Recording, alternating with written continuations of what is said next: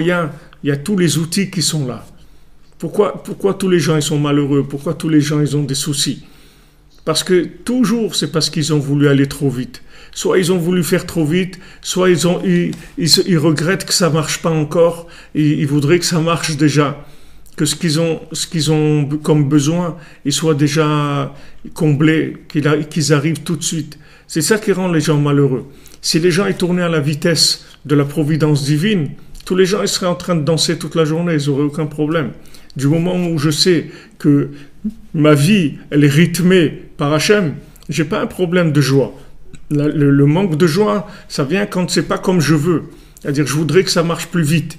Il y a des plans cosmiques, il y a des plans généraux, et moi je suis un petit élément dans ce plan-là. Je suis un tout petit élément dans tous ces plans cosmiques depuis la création du monde. Il y a des milliards et des milliards d'individus et de choses qui se réparent et moi je suis un petit élément là-dedans. Je peux pas, c'est pas parce que j'ai le pouvoir de faire des choses que je dois les faire tout de suite. Il y a un rythme dans chaque chose. Donc il faut aller doucement. Et toute la guerre qu'il y a eu contre Rabbi Nachman, contre Rabbi Nathan, parce que c'était dur, le monde n'était pas prêt à accepter ces outils-là. Ils n'étaient pas prêts, le monde n'était pas prêt du tout à accepter. De la même manière que Yaakov, et comment Esav, il le haïssait, il voulait le tuer, il a dit je vais le tuer, etc.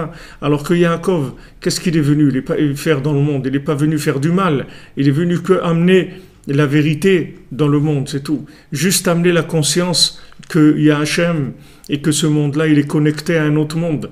C'est la seule chose que Yaakov il est venu enseigner au monde. Et pour ça, il a été haï. Il a été haï comme un enfant qui va haïr ses parents parce qu'ils veulent pas lui acheter un vélo ou parce qu'ils veulent pas le laisser nager dans la mer ou quelque chose comme ça. Il y a eu beaucoup Alors, à l'époque de Rabbi Nathan, il y a eu la guerre. Il y a eu la guerre quand Rabbi Nathan, il voulait le tuer, il a souffert terriblement, combien de fuites, comment il devait fuir. Il pouvait pas rentrer chez lui à Breslev, là où il allait, il venait, il cassait les vitres des synagogues où il était. C'était une guerre terrible. Qu'est-ce qu'il faisait Rabbi Nathan? Trois choses il faisait Rabbi Nathan. Enseigner Rabbeinu, imprimer des livres de Rabbeinu, et construire une maison de Rabbeinu. Voilà les trois choses que Rabbi Nathan il a donné à faire. Les trois choses qui sont là, qui sont les trois éléments qui vont faire que l'enseignement de Rabbi Nachman, il va pouvoir profiter au monde entier. D'abord l'enseigner pour que les gens ils sachent comprendre cet enseignement, qu'ils puissent le vivre. Deuxièmement, des livres pour que ces paroles, elles se diffusent dans le monde et que chacun ait la possibilité lui-même de pouvoir rechercher dans les livres et se connecter. Et troisièmement, un endroit qui est appelé sur le nom du tzaddik. Ça aussi, c'est important. Il y a des gens qui ont pris qu'un côté. Il y a des gens qui ont pris le côté de diffuser par la parole. Il y a des gens qui ont pris le côté de diffuser par les livres. Il y a des gens qui ont pris le côté de diffuser en faisant un centre, une synagogue, Breslev. Mais le date de Rabbi Nathan, ce qu'il a fait Rabbi Nathan, c'est ces trois choses-là en même temps. Rabbi Nathan, il travaillait sur ces trois choses-là en même temps. Et sur les trois, il a été attaqué sans répit. Sans répit, il n'a pas eu de répit dans sa vie, persécuté, voulu le tuer, tout ça pourquoi? Parce que c'est exactement la même chose qu'il y a eu à l'époque de Esav, quand Esav il a dit je vais tuer Yaakov, c'était exactement la même chose. La seule chose qui était différente, c'est que au lieu que ça soit Esav, un homme des champs, c'était des religieux, c'était des rabbinim qui voulaient tuer Rabbi Nathan. Au lieu que ce soit parce que c'est sûr que les gens qui étaient pas branchés, comme on dit, ils savaient même pas du tout qu'est-ce qui se passait et qu'est-ce que Rabbi Nathan était en train de faire. Mais les rabbinim, eux, ils savaient qu'est-ce que Rabbi Nathan il était en train de faire. C'est-à-dire leur âme, elle sentait qu'est-ce qu'il était en train de faire. Et il y avait une opposition terrible, une guerre terrible contre lui. Parce que c'est le même principe, c'est-à-dire Rabbi Nathan, il amène une vérité dans le monde. Cette vérité, elle est messianique. Cette vérité, elle va permettre à tout le monde de se rapprocher. N'importe qui, n'importe où. N'importe qui, que quelqu'un soit juif, qu'il soit pas juif, qu'il soit loin, qu'il soit pas loin, qu'il soit moralement proche ou moralement loin, ça n'a aucune importance. N'importe qui va se rapprocher avec cette lumière-là. Tout le monde va se rapprocher. Tout le monde. Parce que, si vous voulez, ce qui manque, Rabbeinu dit, qu'est-ce qui manque à quelqu'un pour se rapprocher d'Hachem? C'est un chemin qui lui manque, c'est le chemin qui lui manque. De la même manière, ce que vous voulez aller quelque part, il n'y a pas de route, alors vous ne pouvez pas y aller. Mais c'est pas parce que cet endroit lui-même est inaccessible, c'est parce que le chemin pour arriver, il n'a pas été fait encore. Il n'y a pas la route, donc vous ne pouvez pas y arriver. Mais c'est pas que l'endroit est inaccessible, l'endroit est accessible, seulement il n'y a pas de derrière, il n'y a pas de route pour y aller. Donc maintenant, quand Rabbi Nachman est venu, il a révélé des secrets de la Torah, d'une telle profondeur, d'une telle grandeur, qu'il a créé des chemins, que ces chemins-là, ils vont permettre à tout le monde de rejoindre le Echad. C'est-à-dire tout le monde va pouvoir trouver comment moi, là où je me trouve, il y a un chemin pour moi entre l'endroit où je me trouve et Echad et Hachem. Moi aussi, comme je suis, dans l'état où je suis, pas quelqu'un d'autre. Moi, comme je suis né avec toutes mes qualités, tous mes défauts, tous mes problèmes, tout ce que j'ai.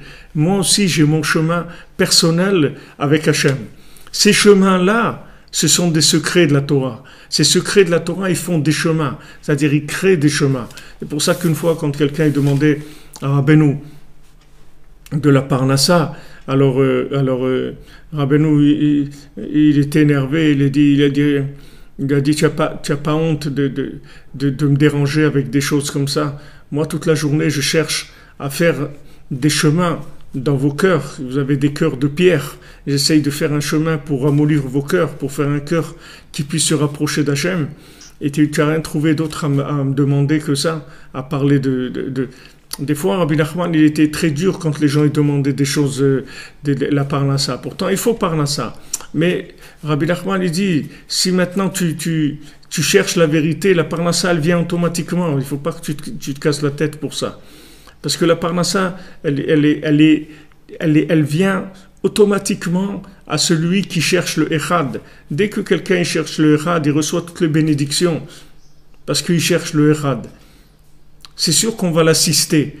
C'est sûr qu'Hachem, il va l'assister, il va lui donner la moindre petite chose, il va être, comme on dit, au petit soin avec lui. C'est tout à fait normal, puisqu'il cherche le Echad. Donc Hachem, il va tout lui donner.